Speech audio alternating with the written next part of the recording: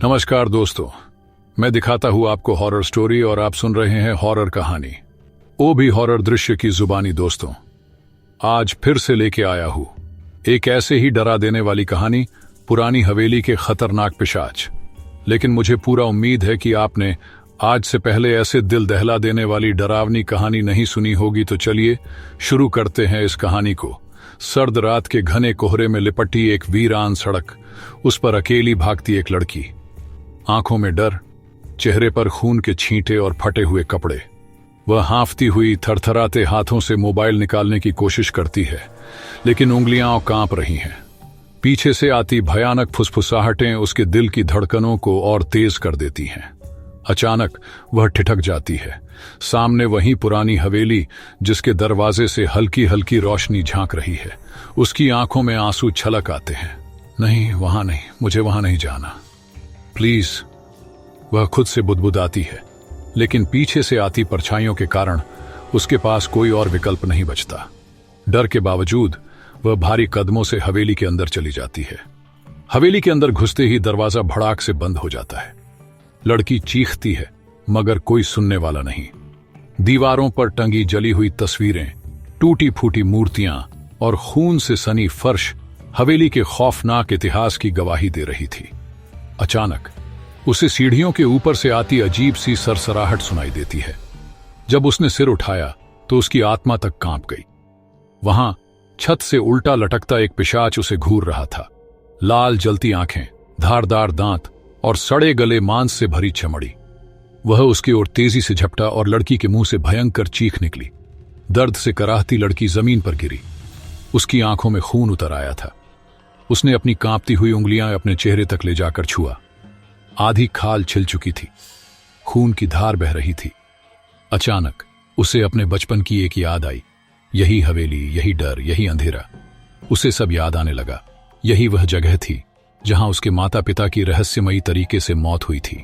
उसकी आंखों से आंसू बह निकले। नहीं, ये नहीं हो सकता, वह फफक पड़ी। तभी हवेली में गूंजती एक चीख ने उसे फिर से भयभीत कर दिया। कोई और भी वहां था, कोई और जिसे वह पहचानती थी। एक भारी कदमों की आहट हवेली के अंधेरे कोनों से आती है। लड़की दर्द से कराहते हुए उठने की कोशिश करती है, लेकिन उसका शरीर सुन्न हो चुका है। तभी अचानक एक परछाई उसके सामने आती है। वही पिशाच, लेकिन अब उसके चेहरे पर एक अजीब सी मुस्कान थी। तूने मुझे पहचाना सिया? लड़की के कानों में जैसे गूंजता भूकंप आ गया। यह आवाज उसके पिता की थी। पिशाच ने आगे बढ़कर जैसे ही अपना चेहरा रोशनी में किया, लड़की की आंखें फटी की फटी रह गईं। ये वही थे, उसके पापा। लड़की का दिल तेजी से धड़कने लगा। यह कैसे हो सकता है? आप तो मर चुके थे। पिशाच मुस्कुराया। उसकी जलती हुई लाल आंखों में एक रहस्य था। नहीं सिया, मैं कभी मरा ही नहीं था, बल्कि मुझे इस हवेली ने मारा था, और अब यह तुझे भी छोड़ेगी नहीं। सिया की चीख पूरे हवेली में गूंज उठी। तभी अचानक हवेली की दीवारों पर लगे शीशों में डरावने प्रतिबिंब दिखने लगे। सैकड़ों आत्माएं जो हवेली के अंदर कैद थीं। हवेली की दीवारों से रक्त टपकने लगा और हवा में एक अजीब सा मंत्र गूंजने लगा। क्या सिया इस हवेली से बच पाएगी? क्या उसके पिता सच में मर चुके थे, या कुछ और रहस्य छिपा था? हवेली का यह मंत्र क्या था? जानने के लिए बने रहे मेरे इस वीडियो में। सिया की आंखों के सामने सब कुछ धुंधला पड़ने लगा। हवेली के अंदर की आत्माएं अब उसकी ओर बढ़ रही थीं। उसकी आंखों में बेबसी के आंसू थे, लेकिन उसके पिता, जो अब एक पिशाच बन चुके थे, बस शांत खड़े उसे देख रहे थे। तभी एक जोरदार झटका लगा और हवेली की दीवारें कंपन करने लगीं। सिया ने अपने चारों ओर देखा। एक दरवाजा अपने आप खुल रहा था।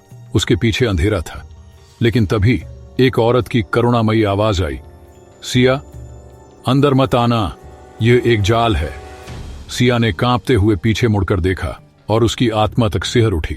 सामने उसकी मां खड़ी थी, या शायद उनकी आत्मा। क्या यह सच था? क्या उसकी मां भी इस हवेली में फंसी थी? सिया के सामने अब दो रास्ते थे, अपने पिता के साथ हवेली में रहना, या अपनी मां की चेतावनी मानकर वहां से भागना। लेकिन क्या वह इतनी आसानी से बच पाएगी, या हवेली की खौफनाक सच्चाई अभी बाकी थी? जानने के लिए बने रहे मेरे इस वीडियो में। सिया के सामने दो रास्ते थे, अपने पिशाच बने पिता के साथ रहना या अपनी मां की चेतावनी मानकर भागने की कोशिश करना। उसकी आंखों से आंसू बहने लगे। मां, आप जिंदा हैं?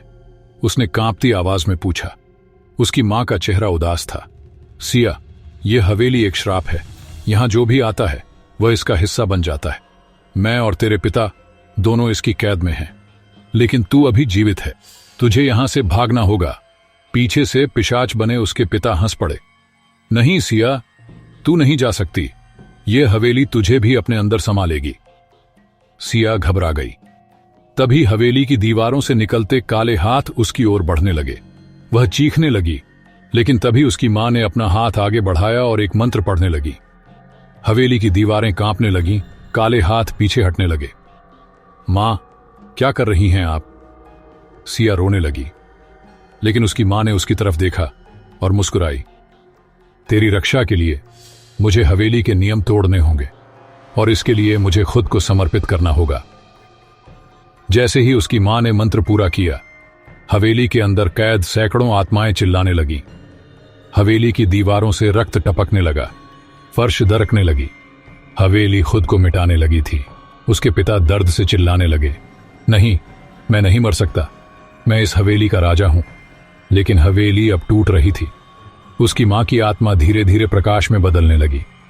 सिया, भाग जा, यह श्राप अब खत्म होने वाला है। सिया ने जैसे तैसे खुद को संभाला और दरवाजे की ओर भागी। पीछे मुड़कर देखा तो उसकी मां की आत्मा हवा में विलीन हो रही थी और उसके पिता की चीखें हवेली की दीवारों में समा रही थीं। हवेली अब राख में बदल रही थी। अचानक एक जोरदार विस्फोट हुआ और सब कुछ अंधेरा हो गया। जब सिया ने अपनी आंखें खोली तो वह हवेली के बाहर एक जंगल में पड़ी थी।